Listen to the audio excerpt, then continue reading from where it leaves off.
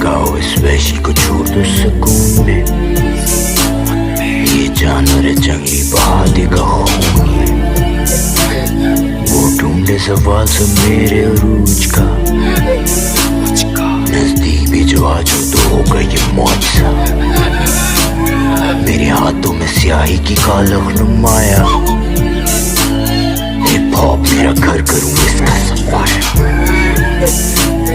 ज़मीर चुप खामोश आसमां, माजी का हाल से हो रहा सामना। ओए, ये तो कफन मेरी माँ की है।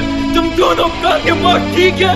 मेरी मरी हुई माँ मसला बीच में। अपनी माँ के आगे अब माँ की गाली दे। माफी दे दे, मेरी जबान फिसल गई थी। नहीं, आज करूंगा तेरी जबान ठीक। मैं फिक्र न कर, तेरी माँ मेरी भी माँ ही है। को बस शिकायत लगानी है।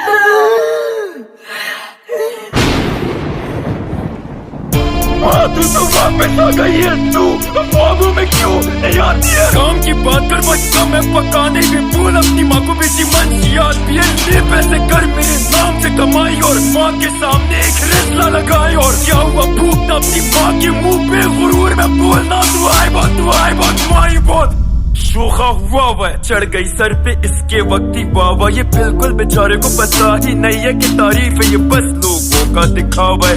सच कड़वा ये लोग थोड़े तंग से मजा ले तकी शाम वाले गंद से। इन्हें थोड़ी ना परवाह दो भाइयों की जंग से। इनको तो चाहिए प्लेलिस्ट का